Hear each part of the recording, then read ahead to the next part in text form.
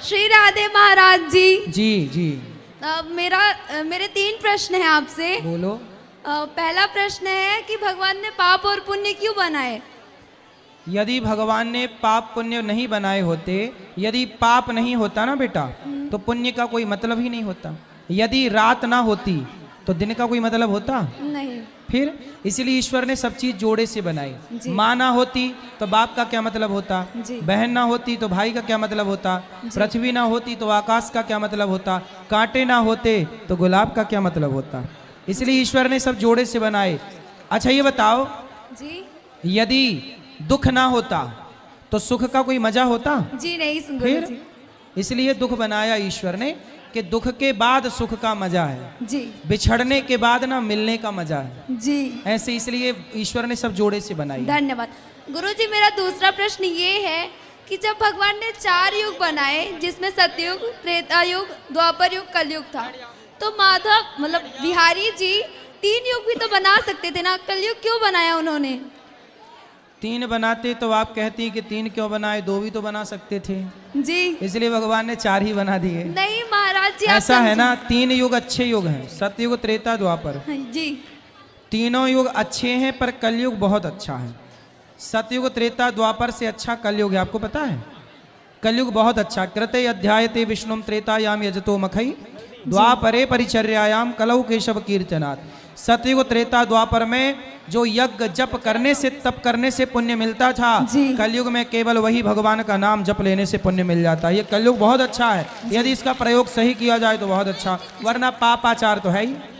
गुरुजी मेरा तीसरा प्रश्न ये है कि जब भगवान ने कलयुग बनाया ही है तो उसमें ये नियम मतलब ये व्यवस्था क्यों रखी है कि हर एक दिन किसी स्त्री का रेप होगा या किसी भी स्त्री का अपमान होगा, ये क्यों किया? अरे भगवान ने थोड़ी कहा कि तुम रेप करो किसी का। तो श्रीमद् भागवत कथा में लिखा हुआ है। कहाँ लिख गया?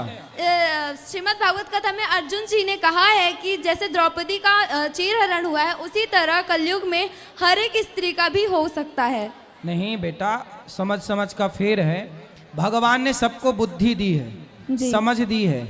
और सुनो, ये जो युग है ना जी, ये चारों युग चारों टाइम रहते हैं जी। जैसे ये कलयुग चल रहा है, इस कलयुग में भी अभी हम प्रयागराज में हैं, अभी हम यहाँ सत्संग कर रहे हैं, तो यहाँ अभी कलयुग थोड़ी है।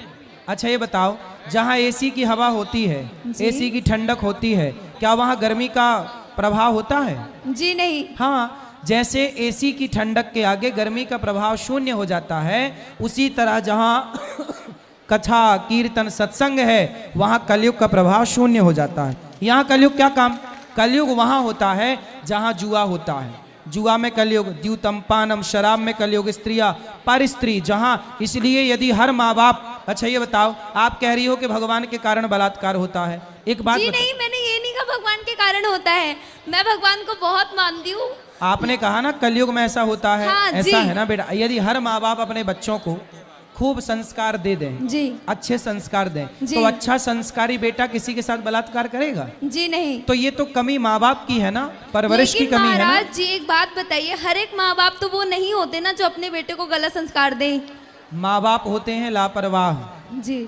आजकल के माँ बाप कैसे होते हैं, बच्चे कहीं भी जा रहे हैं उन्हें कोई मतलब नहीं। अरे माँ बाप केवल बच्चे पैदा करने से माँ बाप नहीं होते, बच्चों को योग्य बनाना किसकी जिम्मेदारी है? माँ बाप की। फिर यदि कुम्हार के हाथ में मिट्टी है तो कुम्हार चिलम भी बना सकता है और घड़ा भी बना सकता है जी। कुम्हार चाहे चिलम बनाए और कुम्हार चाहे तो घड़ा बनाए जी। उसी तरह माँ चाहे तो बेटे को राम बना दे और माँ चाहे तो बेटे को रावण बना दे। माँ बाप के संस्कार से होते हैं बेटा। माता शत्रु, चाणक्य कहते हैं माता शत्रु पिता वैरी, ये न बालो न पाठिता न शोभते सभा मध्य हंस मध्य बको यथा। जो माँ बाप अपने बच्चों को बढ़िया संस्कार नहीं देते, जब आपका बेटा बीड़ी पीता है 4 थप्पड़ क्यों नहीं मारते?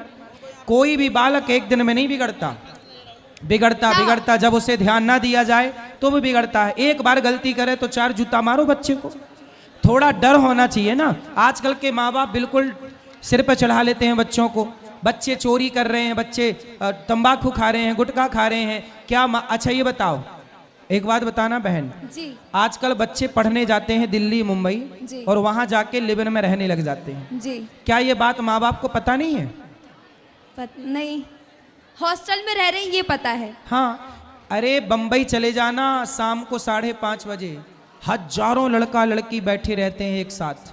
ये वही लड़के लड़कियां जो पढ़ने गए थे, माँ बाप को सब पता है। इसलिए कहता हूँ बच्चे पढ़ने गए हैं हॉस्टल में, कॉलेज में, 2-4 दिन वहां आसपास चुपके से रह के बच्चों का मुआयना तो करो कि बच्चे कर क्या रहे हैं। क्या ये जिम्मेदारी माँ बाप की नहीं है? पढ़ने गई है बेटी तो क्या खुफिया एजेंसी बन के माँ बाप को देखना नहीं चाहिए? देखना चाहिए। फिर इसलिए गुरुजी, गलती बस किसकी एक है? सवाल और। पहले बताओ गलती किसकी है? माँ बाप की। हाँ, अब आई तुम ठीक। बस एक सवाल गुरुजी, बस एक सवाल और है जी। कि भगवान ने काशी, अभी आपकी बात कराएंगे सब। पहले आपसे मेरी विनती है, बैठो, सब बैठ जाओ, बोल चलो, अब आगे सब बात कराओ। गुरुजी बस एक सवाल और है कि भगवान ने काशी एक जगह बनाई, प्रयागराज एक जगह बनाया, अलग अलग तीर्थ बनाए हैं, तो भगवान पूरी पृथ्वी को ही तो एक तीर्थ बना सकते थे ना? तो पूरा भारत तीर्थ ही तो है, पूरा भारत तीर्थ है, इसमें क्या है? जी हाँ, धन्यवाद गुरुजी। खुश रहिए। चलो, कौन लड़ते हैं हमारे भोलेनाथ? तुम्हारे भोलेनाथ लड़ते हैं? जी श्रीमान जी। पति देवता हाँ, काहे लड़ते हैं? घर भी लड़ा तो रहते, अभी लड़ रहा है, साथ में आए हैं। तो काहे किस बात पे लड़ाई हो गई? आपके साथ से बड़े भक्त थे और फिर भी लड़ा थे। कहाँ है? ये पास आई में बैठे हुए लड़ाई भाई। बात कराओ। भोलेनाथ कहाँ है इनके भाई? बैठे इतई वाले भोलेनाथ कहाँ हैं? कहाँ देखो कहाँ है? पहचानो अपने भोलेनाथ को। नहीं है आसपास? इतना ही बैठे हैं, कहीं उठ नहीं रहे। क्या नाम है? नीरज विश्वकर्मा। नीरज भैया कहाँ है? आप नीरज हमारे पति के साथ तुम्हारे जो पूजा हो गई तो ये मानते हैं, मेरी 6 बजे हम पूजा नहीं कर पाए तो ये नहीं मानते कि तब कोई पूजा नहीं है।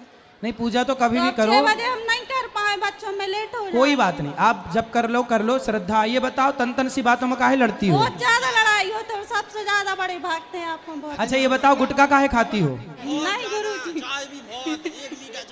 क्या नहीं जर्दा? गुरुजी। 1 लीटर चाय? नहीं गुरुजी, नहीं खाते गुटखा इतनी खा... चाय नहीं। कौन सा गुटखा खाती हो? अच्छा बता। नहीं पक्का खाओ माँ बात। कसम, खाओ माँ कसम की तंबाकू नहीं खाओगी। माँ कसम नहीं करेंगे। सही। जे हमसे लड़े नहीं, अगर लड़े तो फिर देखो वो कान पकड़ के बोल रहे हैं नहीं लड़ेंगे। हम भी पकड़े सॉरी नहीं के। सॉरी पहले ना और ही चलो राधे राधे। चलो उनसे बात कराओ फिर। अब देखो, अब आप ना लड़ना तन सी बातों में। जी गुरुजी, जय श्री नारायण। अब ना लड़ना। हम नहीं लड़ते। और ये पूजा चाहे 6 बजे करें चाहे 10 बजे, कोई दिक्कत आप नहीं। बोलते थे कि हम इधर ये सोच के आए थे कि आत्महत्या कर है। आज 5 दिन हो गई भागवत में, हाँ। 2 दिन बाकी और है। तो तुम तो हमने कहा 7 दिन हो जाए, क्योंकि हमारी लड़ाई दूर नहीं हो रही, हम गंगा जी में तो अब दूर हो गई? अगर नहीं हुई है तो तुम गंगा में मरने आई हो? बोला 7 दिन कथा सुन ली गई के बाद में फैसला भाग गई थी गुरुजी, पहले ही दिन आए थे। तो हम भाग हैं? छोड़ के थैला लेके भाग गई थी। अरे देखो, इतना परेशान ना करो कि वो आत्महत्या करने की सोचें। गुरुजी फर्नीचर का काम करता हूँ मैं, 4 मिस्त्री का काम अकेला करता हूँ मैं। हाँ काम करते हो आप, सही है। हमारी सेवा नहीं करती है, सोचे लड़ती हैं, कभी नहीं करने सेवा। जवानी थी जब करी थी सेवा, अब नहीं करेंगे क्या रही? तो क्या अभी बूढ़ी हो गई क्या? बूढ़ी हो गई क्या रही? गुरुजी करते हैं जी, मानते नहीं है। नहीं तो आप अपने पति की सेवा क्यों नहीं करती? सेवा हम करते हैं जी, मान हमें गंगा जी में डूब जाए। अरे डूबने ना, डूबी होने आओ, आइयो जरूर। गुरुजी राधे राधे। चरणों में सतसत नमन। खुश रहिए। गुरुजी, हम मानव से जो पाप हो जाता है जाने अनजाने में, तो क्या गंगा स्नान करने से सारे धुल जाते हैं?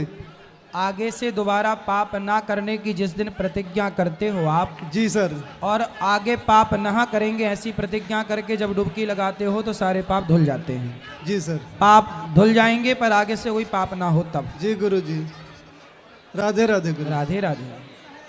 गुरुजी राधे राधे। हाँ बेटा राधे गुरुजी राधे। मेरा नाम भारती कुमारी, मैं मुजफ्फरपुर बिहार से आया हूँ। गुरुजी मेरा एक प्रश्न है। आया हूँ कि आई हूँ? आई हूँ। आई हूँ, ठीक है।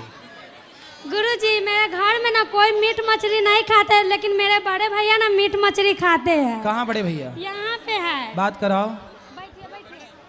बड़े भैया बात करो। कहाँ है तुम्हारे बड़े भैया?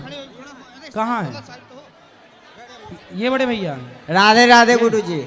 जी ये सामने से हट जाओ इस तरफ से। बड़े भैया कैसे हो? बढ़िया हूँ गुरुजी, आप कैसे हैं? कृपा है। तो कितनी मछली खा लेते हो रोज? मछली नहीं खाते हैं गुरुजी, फिर? चिकन कभी काल खा लेते हैं, उसके अलावा कुछ नहीं। ये चिकन क्या होता है? मुर्गे का मीट। मुर्गा खाते हो? खाते हूँ, अब नहीं खा रहा हूँ। तो मुर्गा खाना सही है? नहीं, अब नहीं खाता हूँ। कब से? 1 महीने से नहीं खा रहा हूँ। तो अब ना खाना कभी। जी नहीं किसी की खाऊं। हत्या करना अपने स्वाद के लिए सही है? नहीं है सर। फिर ये पाप से बचो। नहीं, बहुत बड़ा पाप है ये। देखो कितने ये जीवों की हत्या आपने कर दी, आपके द्वारा हो गई, मर गए वो सारा पाप तुम्हारे सिर पे तो आएगा ना हत्या का। गुरुजी आप तो गंगा स्नान कर लिए, इसके बाद तो कोई पाप के भागीदारी नहीं ना बनेंगे। लेकिन आगे नहीं खाना तब। नहीं खाएंगे और आगे। यदि आगे से खाओगे तो डबल पापी हो जाओगे। ठीक है गुरुजी, आगे से नहीं ठीक खाएंगे। है, धन्यवाद गुरु। खुश रहिए। पंडित जी आपके चरणों में कोटि कोटि प्रणाम।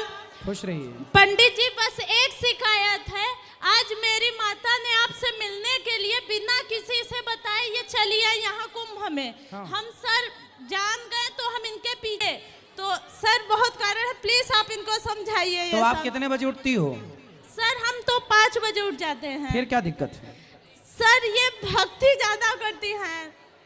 भक्ति करना दिक्कत है आपको? क्या दिक्कत हो रही है? सर दिक्कत नहीं है सर सर पंडित जी, बात कराओ मैया से। पंडित जी आप इन्हें ये समझाइए, भक्ति ठीक है लेकिन ज्यादा हो रहा है। ज्यादा हो रहा? नहीं पच रही है तुम्हें? पंडित जी पूजा में हमारा मन नहीं लगता, कहाँ लगता तुम्हारा मन? बताओ। पढ़ने लिखने में लगता है, भक्ति में नहीं लगता पंडित जी। ठीक है, पढ़ाई करो मन लगा के। पढ़ लेती हो? क्या पढ़ लेती हो अभी तक? क्या पढ़ लिया? सर BSc कर रहे हैं। हो गई? नहीं चल रही है। आगे क्या करना है पढ़ लिख के? सर गवर्नमेंट जॉब करनी है। बस इतना पढ़ लिख के बनना तो तुम्हें नौकर ही है। इतना पढ़ लिख के जितना तुम नौकर बनने में समय लगा रही हो बेटा, आप सेल्फ डिपेंड भी तो बन सकती हो। कुछ काम करो।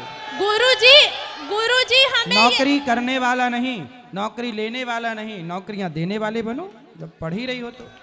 गुरुजी हमारा ये प्रश्न है, हमारा मन कैसे लगे भक्ति में, हम बहुत परेशान हैं। आप कुछ मत करो, केवल कथाएं सुना करो। रोज थोड़ी थोड़ी कथा, जैसे आपकी मैया सुनती है ना, ऐसे बस कुछ नहीं करना, केवल कथाएं सुनो, मन को लगा देना, वो हमारी जिम्मेदारी है। पंडित जी हम बहुत डरते हैं, हमारी माँ कहती है ऐसे ही मैं एक दिन विंध्यावन चली जाऊंगी, मैं गुरुजी के आश्रम में, प्लीज इन्हें समझाइए ऐसा ना करिए। हाँ हाँ, नहीं जाएंगी। प्लीज गुरुजी इनको पिताजी हैं समझाइए। आपके? पिताजी नहीं हैं। है। और आप कितनी बहन हो? 4 बहन हैं। और भाई? भाई छोटा है। तो आप लोग माँ का ध्यान रखा करो पूरा पूरा, बात माना करो। पूजा माँ करती, तुम भी पूजा में साथ दिया करो थोड़ा बहुत। चलो माँ को बात कराओ। हेलो गुरुजी। हाँ मैया। कोटि कोटि आपके चरणों में मेरा नमन। खुश रहिए।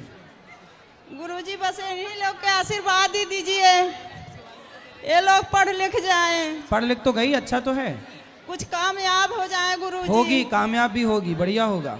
बस और कुछ नहीं चाहिए, अच्छे घर में शादी ब्याह हो जाए, और कुछ मांगना नहीं है। आप अपने चरणों में हमको लगा के रख लीजिए। बिल्कुल, अच्छे घर में ही होगी शादी ब्याह। खुश रहिए। आप आशीर्वाद दे दीजिए, बस और कुछ नहीं चाहिए। प्रसन्न रहिए। पंडित जी इनसे ये कहिए विंध्यावन बिना बताए कभी ना जाए बस। मैया बता की जाना। नहीं नहीं, बच्चों को लेके आऊंगी। हाँ, सबको लेके आना। बच्चों को लेके ठीक है, चलो और बात कराओ। यहाँ बात, हाँ, इनसे बात करोगे फिर इस तरफ बात करना। आप सब बैठे रहना, सबको आएगा। बोलो। गुरुजी राधे राधे। जी गुरुजी मेरा और आपका जो रिश्ता है ना, घोड़े और घास जैसा हो। जी, ये मेरे पति देव हैं और ये हमें कहते हैं कि इस कुंभ मेला में जो भी भंडारा हो रहा है, जो भी प्रसाद मिल रहा है, वो हमें नहीं ग्रहण करना चाहिए, वो असहाय लोगों के लिए होता है। तो मेरा प्रश्न यही है कि क्या उसे हम ग्रहण कर सकते हैं या नहीं? भाई, वो प्रसाद है, संतों का, भगवान का प्रसाद है, और प्रसाद सबको ग्रहण कर, प्रसाद के अधिकारी सब हैं। जो जरूरतमंद है ठीक है, पर प्रसाद वो भगवान को भोग लग के ही तो प्रसाद बट रहा है जी, तो वो तो प्रसाद है, और भगवान के प्रसाद पर सबका अधिकार है। जी हाँ, धन्यवाद। खुश रहिए। आज इतने साल की मैं हो गई, मतलब 23 साल में आज पहला मेरा जन्मदिन इतना अच्छा मतलब मेरे को लगा है। मतलब आज आपकी जब मैं कथा सुन रही थी, मेरे मन में बहुत सारे प्रश्न थे। मुझे ये पूछना था, जब तक मैंने 3 घंटा आपकी कथा सुनी, और शायद जो मेरे मन में प्रश्न है वो सबके मन में होगा, जब तक कथा सुनते हैं तब तक मन में अच्छे विचार रहते हैं, लेकिन जैसे ही कथा सुनने के 1-2 दिन बीतने के बाद फिर वही नकारात्मक ऊर्जाओं से घिर जाते हैं, फिर मतलब वही गलत, मतलब मन पे काबू ही नहीं हो पाता है। इसका सबसे बड़ा कारण है, एक घड़ा है उस घड़े में 9 छेद हैं।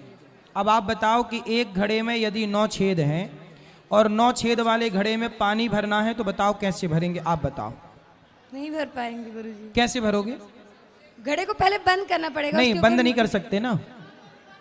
कैसे करेंगे? नहीं पता। घड़े को पानी में डुबा दो, यदि पानी में डूब जाएगा तो फिर पानी निकलेगा नहीं। उसी तरह आप हैं घड़ा और सत्संग है जल। आप ना कथा में सत्संग में अपने आप को जब तक डुबाएंगे नहीं तब तक वो कथा भीतर ठहरेगी नहीं। ऐसा है कि आप सुनती हो 2-4 दिन बाद फिर बह जाती है वो कथा। शरीर में 9 छेद है ना, नवद्वारे पुरे देही, इसलिए कानों से कथा सुनते हैं कहीं ना कहीं से। इसलिए कहते हैं सत्संग एक दिन करके नहीं, करते रहो, कंटिन्यू करते करते करते करते रहोगे ना, तब जाके चेंजिंग होंगे, परिवर्तन होगा स्वभाव में, विचारों में, सब अच्छाई पॉजिटिविटी बढ़ेगी। जी गुरुजी, एक स्टूडेंट लाइफ में ये सत्संग को कैसे मतलब मैनेज कर सकते हैं? थोड़ा सा आधे घंटे 10 मिनट थोड़ी थोड़ी बातें, अच्छी अच्छी बातें, थोड़ी देर सत्संग कर लेना चाहिए। माता पिता के साथ बैठ के अच्छी भगवान की कथाएं सुन लो, सुना लो। कोई रामचरित कुछ ना हो तो रामचरितमानस की 4 चौपाइयाँ 10 चौपाइयाँ रोज पढ़ने का नियम बनाओ, गीता पढ़ने का नियम बनाओ, कुछ अच्छा करने का नियम बनाओ। जी गुरुजी, जैसे मेरे को गुस्सा बहुत आता है और जब जैसे मतलब कुछ गलत देखती हूँ तो बहुत मतलब मेरे गुस्से में कंट्रोल ही नहीं रह पाता, काबू ही नहीं हो पाता। तो गुस्सा आता है तो क्या करती हो?